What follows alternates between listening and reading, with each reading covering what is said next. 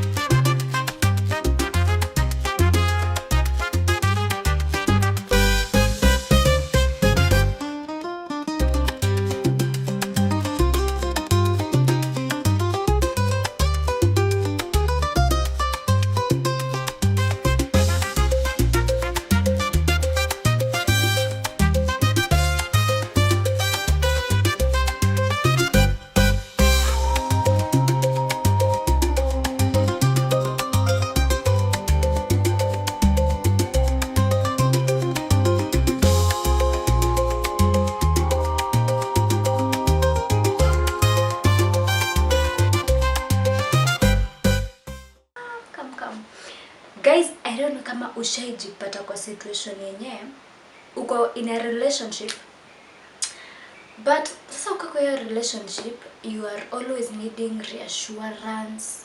Yani unakuanga tu insecure ukichatua msee akose ku reply you just like kwani yako upset, kwani nilifanya nini? Yani you're just insecure, you just need reassurance, you just need to everyone to be there for you, you know guys.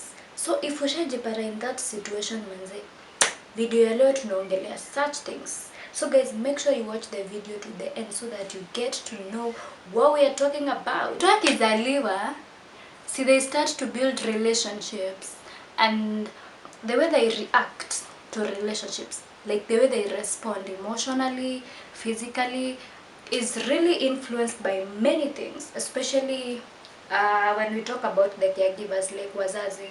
Because sometimes unapata hawako, sometimes they are not that close, sometimes they neglect their kids, you get.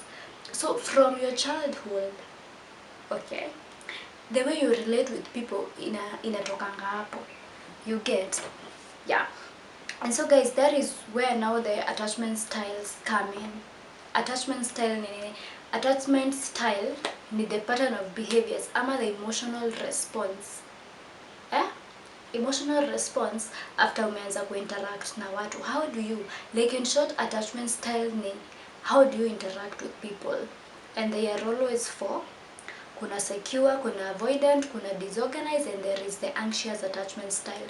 And today guys, in our video, as I told you in the introduction, definitely if uko na mtu kwa relationship and they always need reassurance, then that person has the anxious attachment style. And the watu wenye wako na anxious attachment style ni wale watu wenye wako na fear ya kuachwa. I don't know if ushai patana na such people in a relationship. They are always fearful that wataachwa. Any neutral sign from their partners, they tend to assume ni kama wana rejectiwa, you know. Like if the partner goes to bed earlier, the person might perceive it as rejection. Like these people, they really need reassurance, they are insecure. Like all they need is to be close to their partner. So what they do is it's like they seek attention, they seek the closeness to being closer to their partner. Do you understand? Like they really don't want to be abandoned. so they do everything in favor of asiachwe. So guys, make sure you watch this video, because I'll be teaching you how, if you are in the style, if you are in the attachment style, on how you can cope while you are dating, because it's really hard, especially if you meet with a person who is from the avoidant attachment style. You will really struggle. So guys, make sure you watch the video to the end so that you get to learn. If you know you have the anxious attachment style, because you really know yourself, and if you want to really date, or if you are in a relationship, the first thing is to give secure people a chance. Because first of all, as we said, this person is very insecure, this person really needs to be loved, this person really fears abandonment. So the first place, you have to seek a secure person. And in this way, how do you do it? You know, at times we get to have secure people, and one thing I know is, if your time you're talking stages, maybe if you have someone unakuanga already ushaona this person is secure, this person is not. Do you get? So as much as you have realized someone is secure, you don't have to keep questioning your mind at like, is this person really secure, is this person really good? You have to really put it in mind that they are secure, because ukianza kuyumba yumba, let me call it kuyumba yumba, you find yourself not having the right people. And also guys, make sure you give it some time, okay? You know, sometimes we rush into things, sometimes we conclude things from things that happens very fast. So at first, especially for people who have the anxious attachment style, at first you might get bored, you know, but at least give it time, so that at least when you're giving it time, you will be able to understand it yourself. Utakuwa unaielewa wewe mwenyewe, even when you are not, how do I put it, even when you're not ready. But as long as you give it time, you know, you might get bored, but as time goes by, you might start seeing ama your relationship ita work, ama haita work, you know. And again, also when you give it time, realize that, because as I said, the style comes from the childhood experiences. So it's something yenye imekuwa for many years. So iwezi itoka na 1 week. I don't know if you are understanding me. Iwezi itoka na 1 week. It has to take some times, though at least utoke in that cocoon. So you have to really give it time. If you see a secure person, guys, stop questioning. As I said, unakuanga tu shona umse, in a way maybe they are secure. So don't question, and also give it time. Hata ukibweka na mtu, because you see now, if you meet a person who is really not reassuring you, you might feel bored, you know, and maybe for them hata they don't understand if you have the anxious attachment style. So it's the high time you take your humble time, and when you get a secure person, don't let them go so easily. Usianze ku question a lot. Always having a new way of dating, guys, is very important, especially for people with anxious attachment style, because first of all, you have to sit down and understand. As I said, people with the anxious attachment style, they don't speak out their needs. They really, like, they're those people who twende choo, wameenda choo, let's take some photos, they already have taken some photos. It's not like they can't say no. They can't say no. So if you're dating, you have to really have a new way of dating, in terms of understanding yourself and understanding that you have the anxious attachment style. Because if you can't tell your partner your needs, then they won't understand you. Because it's not a lot of people who will come and understand that you have the the anxious attachment style, until you speak out your needs. Because sometimes away from the people who have the anxious attachment style, sometimes watu hawajiongei, and like, maybe if you ask their partners, why don't you buy flowers for her, why don't you buy maybe a ring for him, the person is like, they don't tell me. Maybe I don't know if they love a ring, they love flowers. So as a person with the anxious attachment style, you really have to learn to speak out, especially your needs, so that your partner will be able to know whatever needs you want, whether it's security, whether it's intimacy, whether it's attention. You really have to speak, and don't go with the, how do I say, like, don't make decisions because the partners said we do this, you have the right to speak out, you know. You have the right to say no. You have the right to say hapa sio hivyo. You have the right. So the key word is, as you are venturing into a new way of dating, guys, make sure to speak up. Speak up, speak up, speak up in that relationship, so that the partner you are with is able to understand who you are, is able to understand your needs, is able to know where they are wrong, is able also to know. And actually I feel like when we speak out, you know, kuna sometimes, as I said, we're too anxious style, ni wale watu wanaomeenda kulala mapema, or maybe ni kama avoid, yes, but to them wanaichukulia una avoid. You see, if they speak out and say, you know, when you go to bed earlier, I feel like unani reject. I don't know if you're getting. So when the person speaks out, the partner is able to know, if I do this, the girl will feel rejected, the girl will feel abandoned, the boy will feel like namu avoid, you know. So it's good to always speak out. Like, just speak out. Tell your partner, maybe when he does this, when he puts the kind of music, maybe you feel insecure. Maybe when you get close to him, anasonga, you know. Maybe the person doesn't like kushikwa, maybe the person doesn't like hugs. So you have to really speak out, so that the person who is with you is able to understand also the boundaries that are kept. Because now you, as the anxious person, you really need a lot to feel close to your partner, to feel assured. Recognizing and ruling out the avoidant perspectives is really key, especially to people with anxious attachment style. So what do I mean by the avoidant perspectives? As I told you guys, we have the avoidant attachment style. So in short, this thing tries to bring along how the avoidant and the anxious relate. Because the avoidant person, that person who has the avoidant attachment style, they are those people, as the name suggests, avoidant.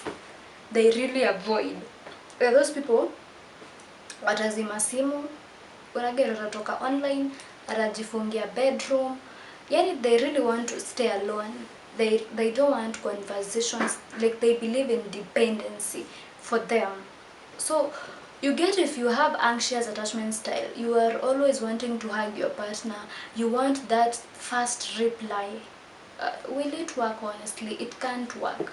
It can't work, because again, person who needs reassurance, this means that the person who is reassuring them, they have to be with them, like hata kasi 24/7. They really have to be with them up close, to keep telling them, you know, I love you, you know, I need you, you know. So if you have the avoidant person, my friend, it can't work, because utawa text, watajibu next week. By next week, if this anxious person thinks within a second, umefanya kitu within a second, washa judge.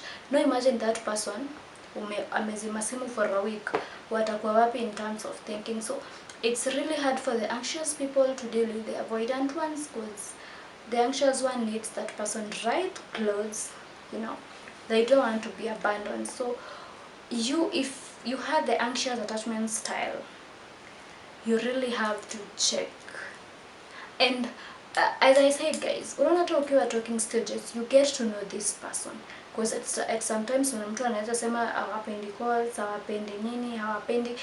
So by that, can you learn what this person doesn't want? You can learn if the person is an avoidant person, do they have the secure attachment style, do they have the anxious? And if you realize that and you can't cope with that, it's the high time ujitoe, because you will suffer. When a person who has the anxious attachment style is in a relationship, they also really need to acknowledge and understand their true relationship needs. By this, what do I mean? Like, they have to really understand what do they need in a relationship. And there are many ways of acknowledging their needs. And first of all, one of them is using the I statements. You get, like, maybe don't say you're not giving me attention. Just say I need attention. Just say I need to know. Just say I need this. You get? So first of all, if you want to acknowledge, you really have to use the I statement, and also be specific. Don't tell your partner that maybe you are not giving me more time in a day. Just tell them that you need attention. Like, be specific in what you need. If you need security, don't just say ati sasa unaniachanga niende kwa duka peke yangu. No, just say you really need security. Like, learn to be specific in whatever you say. So guys, those are the 2 ways you can use to talk about your needs and to acknowledge them. And then guys, what is the importance of acknowledging your needs as a person who is experiencing the anxious attachment style? First of all, it boosts your self-awareness, because you are able to understand yourself. You are able to understand that when this happens, it triggers to me being anxious, it triggers this, it does this, and you get upset with your partner. So you get to really understand yourself in many ways. Why now make your communication skills zina grow, because if you realize what you really need, you are able to speak it out to your partner. So you really have to acknowledge it and also speak it out, because if you acknowledge it and keep quiet, then it doesn't help you in any way.